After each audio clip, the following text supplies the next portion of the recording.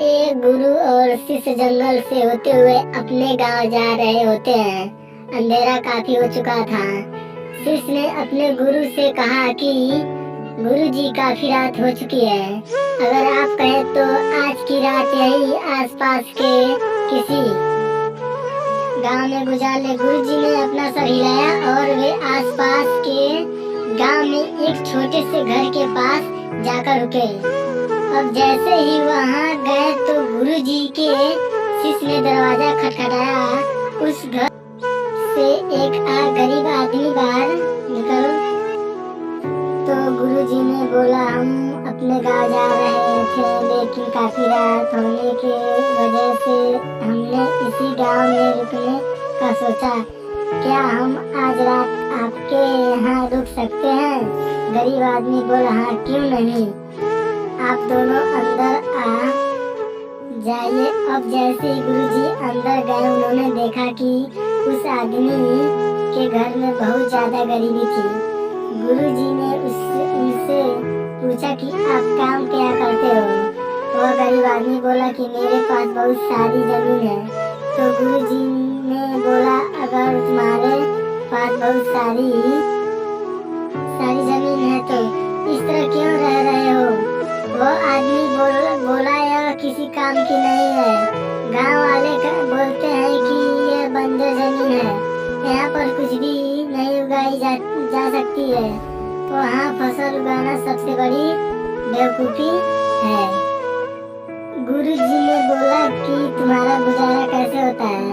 उसने बोला कि मेरे पास एक भैंस है जिससे मेरा पूरा घर चलता है। ये सुनने के बाद गुरुजी सो जाते हैं और रात में जब सब लोग सो रहे होते हैं तब गुरुजी अपने शिष्य को उठाते हैं और उस गरीब आदमी की भैंस लेकर अपने गांव चले जाते हैं। शिष्य अपने गुरु से पूछता है कि गुरुजी, कहीं आप ये गलत तो नहीं कर रहे हैं? उस गरीब आदमी की रोजी रोटी इस भैंस की वजह से चलती है। तो गुरुजी अपने शिष्य की तरफ देखते हैं और मुस्कुराते हुए आगे बढ़ जाते हैं। उस बात को तकरीबन 10 साल गुजर जाती है और जो गुरु का शिष्य था वो बहुत बड़ा गुरु बन चुका था। तो एक दिन उन्हें उस गरीब आदमी की याद आती है कि मेरे गुरु ने उस आदमी के साथ अच्छा नहीं किया था, मुझे एक बार चलकर देखना चाहिए कि वह आदमी अब किस परिस्थिति में है। वह शिष्य उस गांव की तरफ जाता है और वहां जैसे पहुंचता है तो वह देखता है कि जहां पर उस गरीब आदमी का झोपड़ा था वहां पर एक बड़ा ही आलीशान महल बन चुका था और उस झोपड़ी के बाहर जो बंजर जमीन थी उस पर फल और फूलों की बगीचे थे।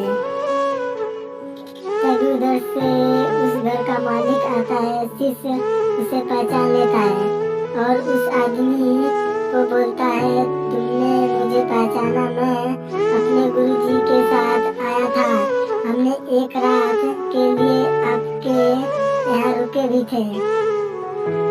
वो आदमी उसे पहचान लेता है और बोलता है कि उस रात में आप कहाँ चले गए थे और उसी रात के बाद ही मेरी भैंस कहीं चली गई थी। मेरे पास कोई रास्ता नहीं था तो मैंने अपने जमीन पर मेहनत की और फसल निकल गई और आज मैं इस गांव का सबसे बड़ा और सबसे अमीर आदमी बन चुका हूँ। ये सुनने के बाद शिष्य के आंखों में अपनी गुरुजी के लिए आंसू आ गए और ये बात समझ आ गई और वे रोने लगा। इस कहानी से हमें ये सीख मिलती है कि हमारे अंदर ऐसी बहुत सी टैलेंट छुपी हुई है, लेकिन हमें कोई चीज़ रुका कर रखी है। वे आपके फैमिली वाले भी हो सकते हैं, आपके जॉब भी हो सकती है, कुछ और भी हो सकता है। देखिए, आपके पास भी तो भैंस की जैसी कोई दूसरी चीज़ तो नहीं है जिसने आपको आगे बढ़ने से रोक कर रखा है।